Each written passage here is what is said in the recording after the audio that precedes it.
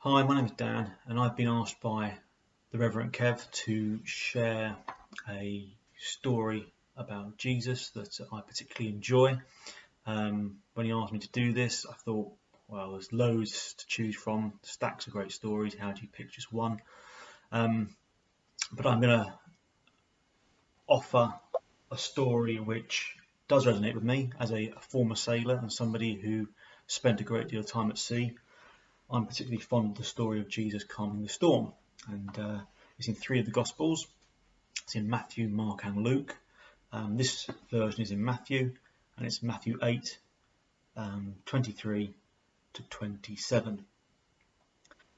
After Jesus left in a boat with his disciples, a terrible storm suddenly struck the lake, and waves started splashing into their boat. Jesus was sound asleep, so the disciples went over to him and woke him up. They said, "Lord, save us, we're going to drown." But Jesus replied, "Why are you so afraid? You don't have much faith." Then he got up and ordered the wind and the waves to calm down, and everything was calm. The men in the boat were amazed and said, "Who is this? Even the wind and the waves obey him." And I love that story because just on a simple, basic level, it demonstrates the sheer power of Jesus. The disciples at this point have been following Jesus for quite some time, and in fact, just in the chapter 8, immediately preceding this story, they're with him while he's healing people. He's healing a man with leprosy. He heals the army officer's servant, the centurion's servant. He heals Peter's mother-in-law, and they have a dinner, and people with demons and illnesses are brought to him, and he's healing people, so they see what he can do. And they've got a good idea of what he's about.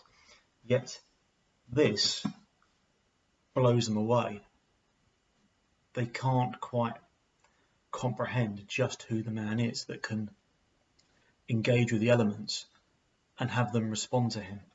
And so that's one reason why I like it, is because it just takes the power of Jesus up to a completely different level. There's no suggestion here that it's the placebo effect of making people feel better. It's not just clever psychology that he might use or kind words to make people feel better.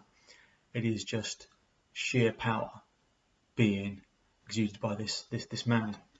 The other point leads on from that is that the disciples are still questioning and doubting.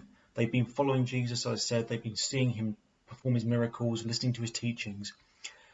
Yet the storm rages, and these are some of them experienced sailors who knew these waters well, so it must be a very fierce storm.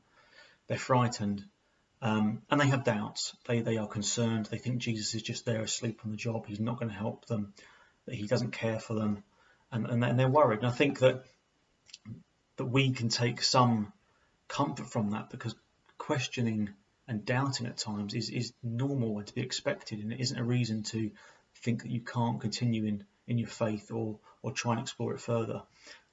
These are people who lived with him, walked with him daily, and they still had doubts and concerns and questions, and thought perhaps he didn't care, that at this time of their need, when they truly needed him, he wasn't going to come to their aid. So if they have doubts and questions, we are as well, and that's not a reason to be worried and think perhaps I'm not cut out for this life of faith. It's normal, it's to be expected, but questions and doubts are often answered, as they were in this case.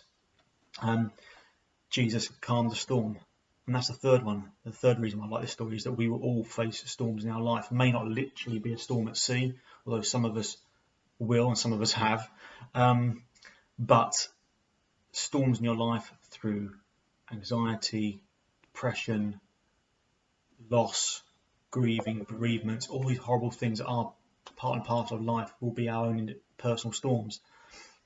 And in the same way as Jesus calmed the storm on the Sea of Galilee, he can calm the storms in our own lives as well. Just got to reach out and ask, and when the time is right, it may not be as we expect or when we expect it. We may think, God, are you asleep on the job? But when the time is right, your storms will be calmed. when God is ready to do so.